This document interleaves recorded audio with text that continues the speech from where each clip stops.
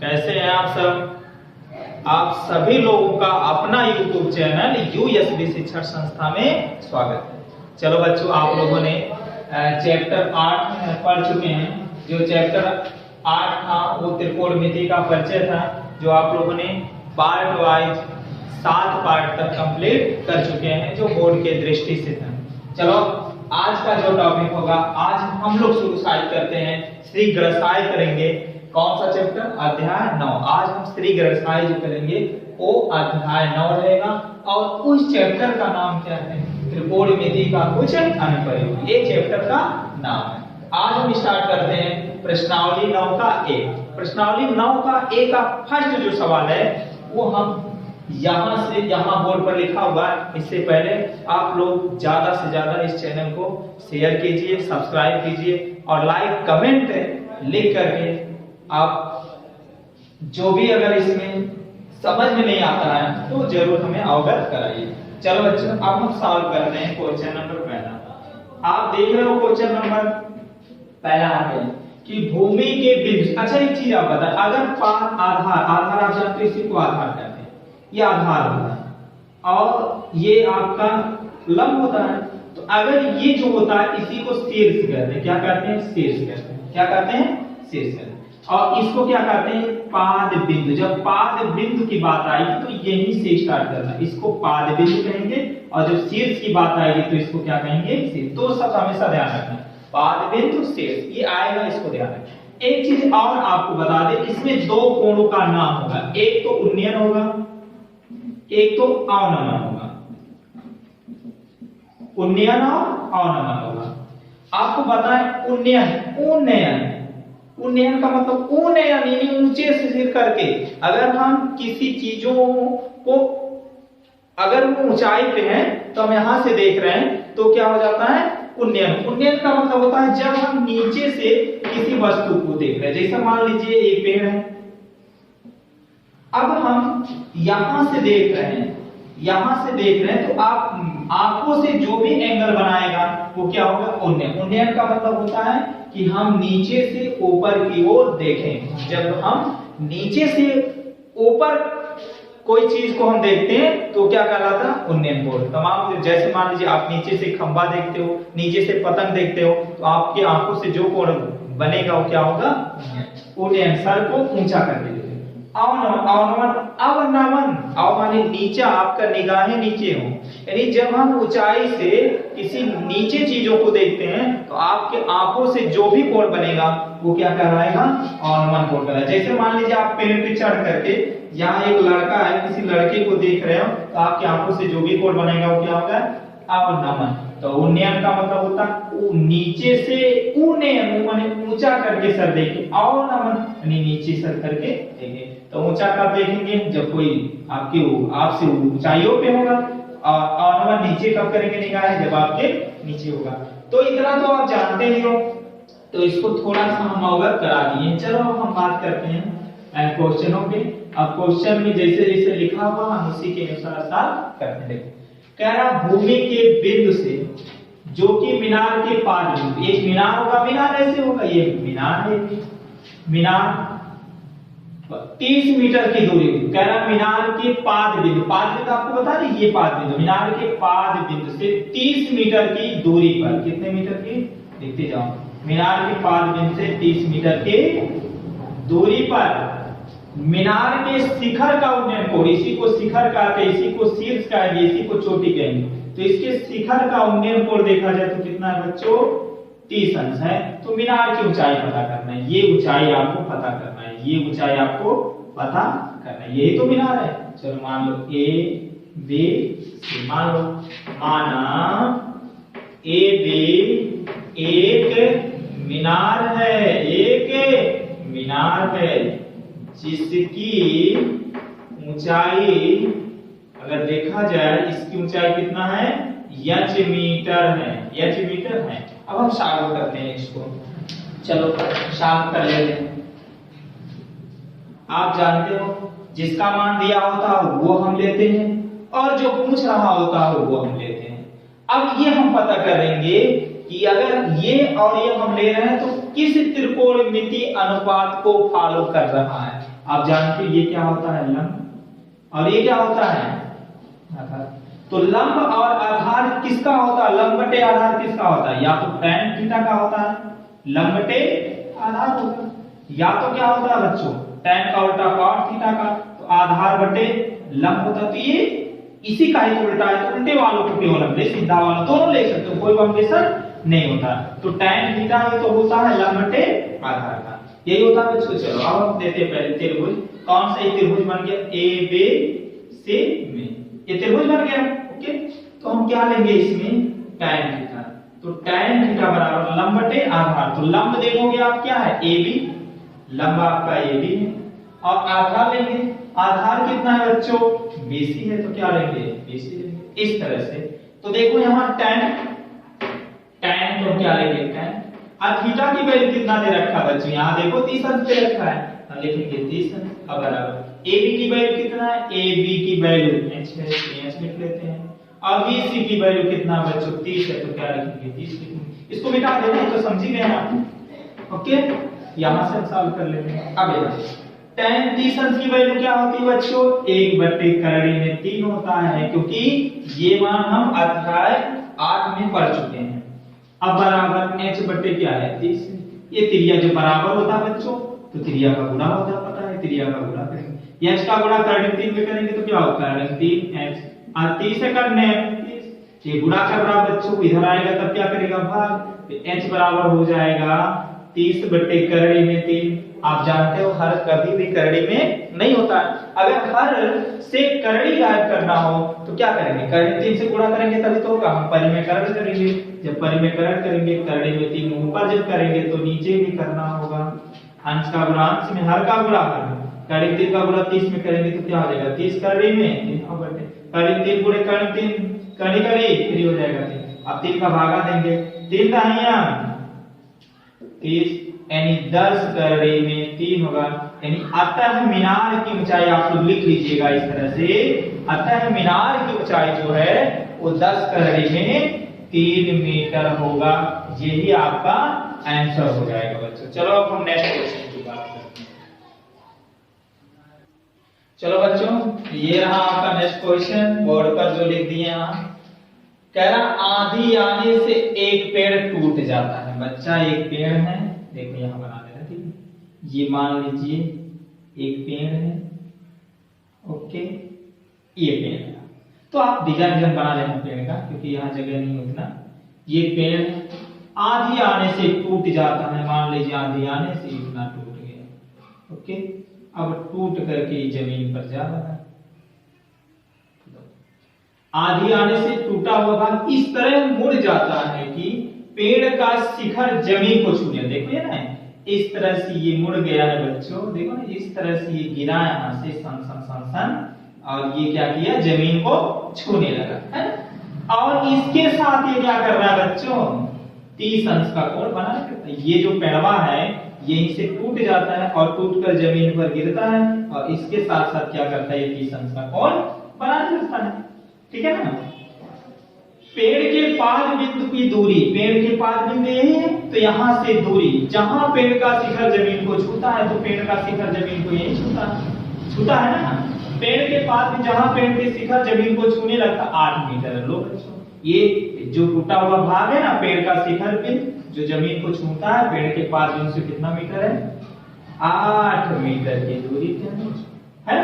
तो पेड़ की ऊंचाई, पूरी पेड़ की ऊंचाई आपको पता करना है। ये पेड़ पूरा यहां से यहां तक कितना रहा होगा, यही आपको पता करना है। चलो मान लीजिए ये यहां से यहां तक x मान लेते हैं, तो यही तो टूटा है बच्चों, इसको खड़ा कर दो सामने से, यहां तक x होगा कि नहीं होगा, ये होगा कि नहीं हो जाएगा। अब ये दूरी मान लीजिए h, अब h और x हम जोड़ लेते हैं बच्चों, तो क्या हो जाता है, पूरी पेड़ नहीं निकल जाती, x और h का मान मिल जाए, दोनों को जोड़ ले, पूरी पेड़ का निकल जाता है। नाम आप रख लो, चलो यहाँ नाम रख लेते, पहले इसको लिख लेते हैं जिसे हल करना है, a b c, इसको t मान लो, क्योंकि मतलब यही से ना, a b c से मतलब है, इससे मतलब नहीं है, क्योंकि इसी से तो मान निकलेगा। चलो बच्चों क्या करते हैं, एक बार हम ये इसके साथ लेकर के लंब, और ये बच्चों आपका लंब है, क्योंकि ध्यान रखना चित्र से डायरेक्ट आप लिख रहे हैं, चित्र से त्रिभुज हम लेते हैं ए बी सी में, ए बी सी में त्रिभुज ए बी सी में अगर हम ले रहे हैं तो क्या लेंगे त्रिभुज ए बी सी में, क्या लेंगे ए बी सी में। यहां देखो अब क्या करते हैं ए बी सी में, ए बी सी में। अब ये हो गया आपका लंब और ये क्या हो गया आधार। अगर हम लंब और आधार की बात करते हैं, चलिए इसको लिख लेते थोड़ा बढ़िया से लिख लें, ये लंब हो गया और ये क्या हो गया। तो लंब और आधार किसका अनुपात होता है, tan का अनुपात होता है ना जी। चलो हम पहला कंडीशन लेते हैं tan। तो tan थीटा बराबर क्या होता है लंब, लंब आपका ए बी है, आधार आपका क्या है बी सी है बच्चों। चलो tan थीटा की वैल्यू कितना है, अब बराबर ए बी की वैल्यू कितना बच्चों, ए बी की वैल्यू, तो ए बी की वैल्यू h है। अब बी सी की वैल्यू कितना बच्चों 8 है। तो tan डिस्टेंस का मान 1/3 में 3 बराबर h बाई 8। अब ये गुणा हो जाएगा, h का गुणा करने में 3 में करेंगे तो करने में 3h होगा, 8 है करने 8, ठीक है ना, खाली h का निकाल मान, तो h बराबर हो जाएगा, ये गुणा करने जब भाग करेगा ना 8/3 में 3, ये किसका मान निकल गया बच्चों, ये h का मान निकल गया। अब पुनः यहां लिख देते हैं, पुनः फिर त्रिभुज एबीसी, त्रिभुज एबीसी में। लेकिन अब क्या करना है, क्योंकि h का मान निकलेगा, अब हमें ये मान चाहिए। कौन सा मान चाहिए बच्चों, ये मान चाहिए, ये मान चाहिए। इन दोनों के साथ कर ले तो ये आपका क्या हो जाता है आधार, और ये आपका क्या है कर्ण। आधार बटे कर्ण किसका सूत्र होता है, कर्ण बटे आधार, आधार बटे कर्ण किसका होता है cos थीटा। अब क्या लेंगे हम लोग cos थीटा। तो cos थीटा बराबर क्या होता है, आधार, आधार देखा जाए तो आपका BC है, BC आधार बटे कर्ण देखा जाए तो क्या है AC है। इस तरह से cos थीटा की वैल्यू कितना है 30 से बराबर, और BC की वैल्यू कितना बच्चों 8 है, और AC की वैल्यू कितना है, AC की वैल्यू कितना है यहाँ पे है, सॉरी x है, BC देखा जाए यहाँ पे कहाँ पे है आधार है, BC की वैल्यू 8 है, और अगर A और C की वैल्यू देखा जाए तो कितना है x है। अब बताइए आप लोग cos 30 का मान कितना होता है, बताओ बच्चों। अरे ये क्या होता है, sin का मान याद है ना, उसी को पीछे से लिख दो, तो cos 0 का मान 90 वाला हो जाएगा ये, ठीक है ना। और 30 अंश का क्या हो जाएगा, वही 60 का 30 हो जाता है, तो कर्ण 3/2। अगर देखा जाए तो कर्ण 3/2 बराबर 8/x है। अब गुणा कर लो, x का गुणा कर्ण 3 में करोगे तो कर्ण 3x हो जाएगा, 8 दूनी 16। ये गुणा करना बच्चों इधर आएगा तो भाग नहीं करेगा, x बराबर हो जाता है 16/3 में 3। ये किसका मान हो गया x का मान। अब पूरी पेड़ की पूछ रहा है, पूरा पेड़ कितना होगा, पूरा पेड़ पूछा है कि नहीं। अब पेड़ की लग निकालो फटाफट, तो पेड़ की लंबाई यानी पेड़ की ऊंचाई, पेड़ की ऊंचाई, तो पेड़ की ऊंचाई याद करने के लिए बच्चों जोड़ना पड़ेगा। तो पूरी पेड़ की ऊंचाई क्या होगा, यहाँ देख लो x प्लस और यहाँ क्या है h, इन दोनों को जोड़ दे पूरी पेड़ की ऊंचाई निकल जाए। तो x की वैल्यू देखा जाए तो 16/3 प्लस, और h का देखा जाए 8 बटे क्या है करने में 3 है।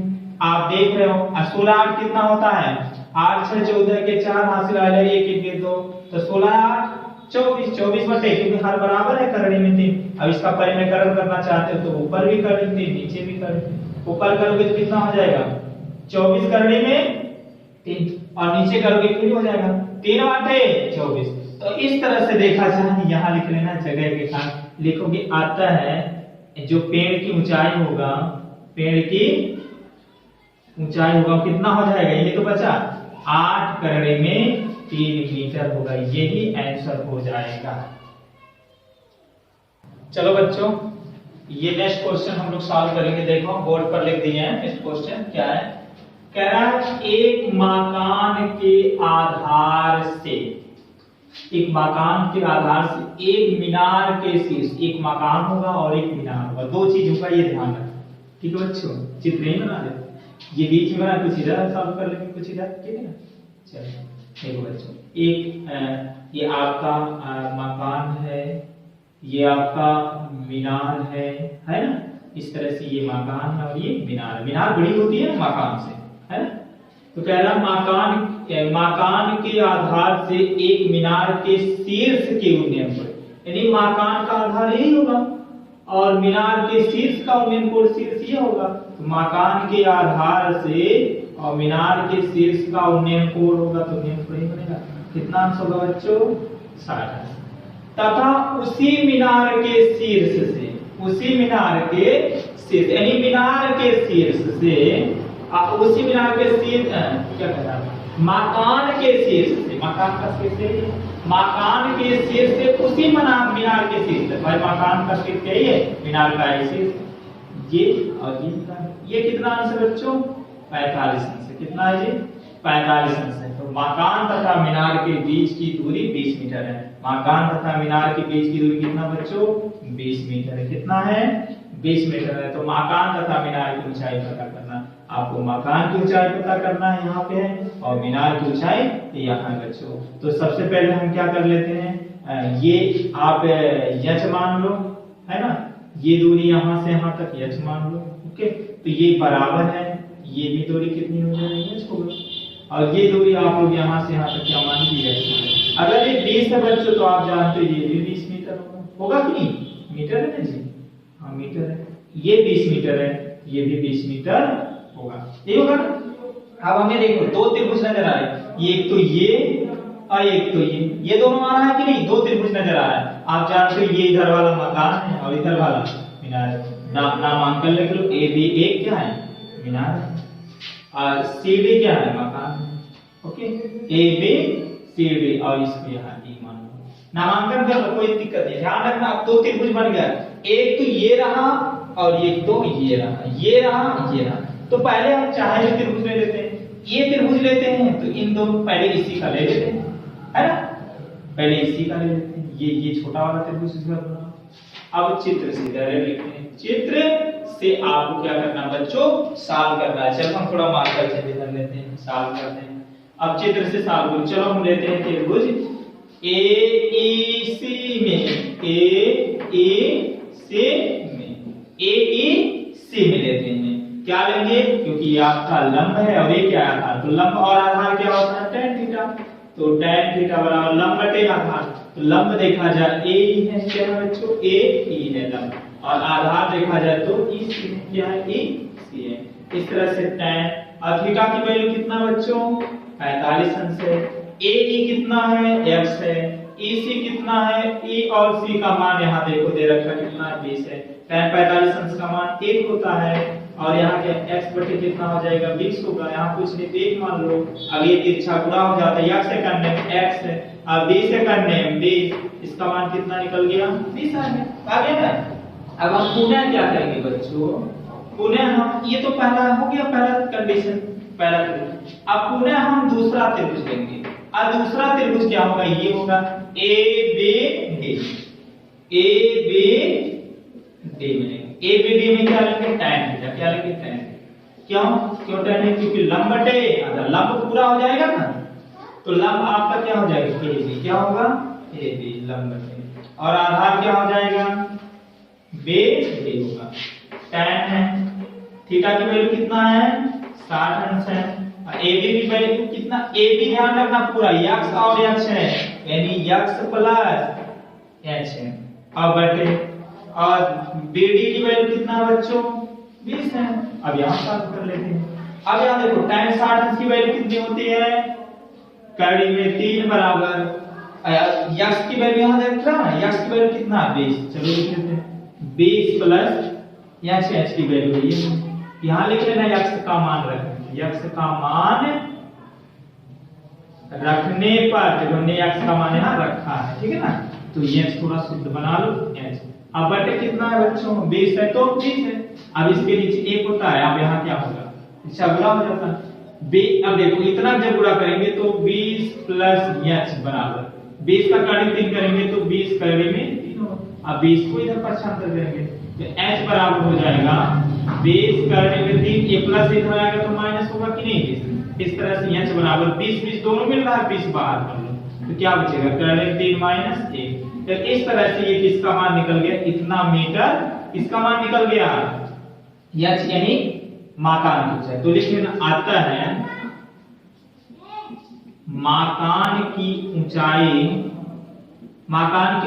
h बराबर कितना हो गया बच्चों, यही है ना। तो माकान की ऊंचाई h बराबर कितना निकल गया 20 और ब्रैकेट में कर्लिंग 3 माइनस 1। चाहे तो कर्लिंग 3 मान रख करके घटा के 20 में गुणा कर देना, तब भी नहीं ऐसे लिखोगे तब भी आपका आंसर होगा। एक आंसर यहां आ गया। अब दूसरा का क्या कह रहा, मीनार की ऊंचाई बताओ, मीनार की ऊंचाई। अब मीनार की ऊंचाई, तो मीनार की ऊंचाई क्या होगा x प्लस h, यही होगा ना। x की वैल्यू देखा जाए तो कितना है 20 है, प्लस h की वैल्यू देखा जाए, h की वैल्यू कितना है 20 ब्रैकेट में कर्लिंग 3 माइनस 1, यही है ना। अब क्या कर लो बच्चों, यही आप आंसर कर लो, नहीं तो मान रख करके और ये घटा के कि गुणा करके फिर 20 जोड़ लेना, तब भी आपका आंसर आ जाएगा। ये आपका आंसर रहा।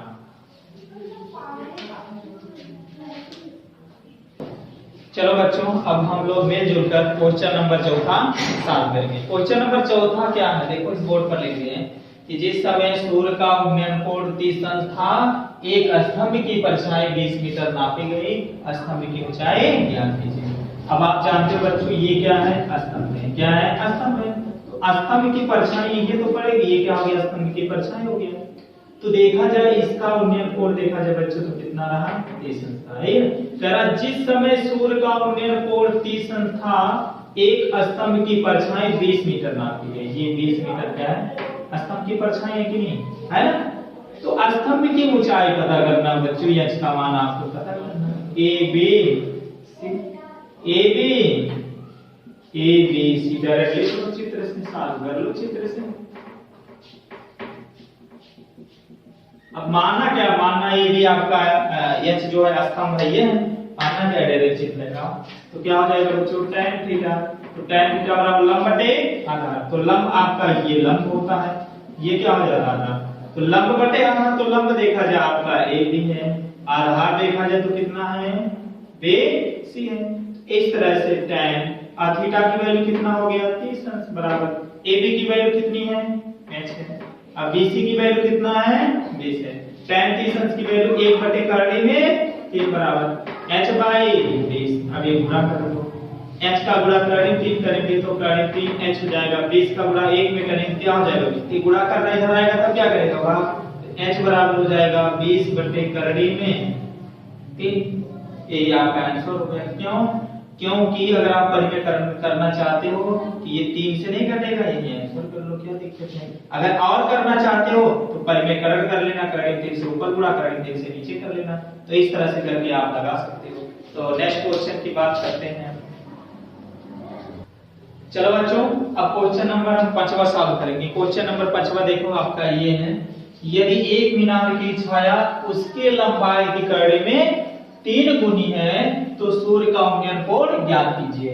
भाई एक मीनार अगर मान लीजिए मीनार है तो इधर परछाई नीचे में तो पड़ेगा, यही इसकी परछाई की छाया हो गया ना। अब इसको सिर से इसका लगा, अब देखो क्या क्या रहा है, आप जब सॉल्व करोगे तो क्या कह रहा है, यदि एक मीनार की छाया, ये कह रहा है जो मीनार की छाया होगा, मीनार की छाया, जो मीनार की छाया होगा वो क्या होता है उसकी लंबाई की, किसकी लंबाई, भाई जो मीनार की छाया है उसकी लंबाई, यानी मीनार की लंबाई का कितना है, मीनार की लंबाई का कितना गुनी, माने गुणा कितना गुनी है, कड़ी में 3 है, ये दिया है कि नहीं। तो आपको क्या करना बच्चों, माना मीनार की लंबाई कितना है बच्चों h है, तो कितना है h है, तो मीनार की छाया भी इसी के बराबर है, तो मीनार की छाया भी h होगी। अब ये देखा जाए क्या होगा h गुणे करड़ी में 3, या देखा जाए h बराबर क्या हो जाएगा करड़ी में 3 h होगा नहीं। चलो यानी अब इससे क्या निकल गया, आ जाओ इधर ध्यान ना दो, a b c, तो आप देखोगे तो मीनार की लंबाई क्या होगी बच्चों h है कि नहीं, इसी पे ध्यान रखना।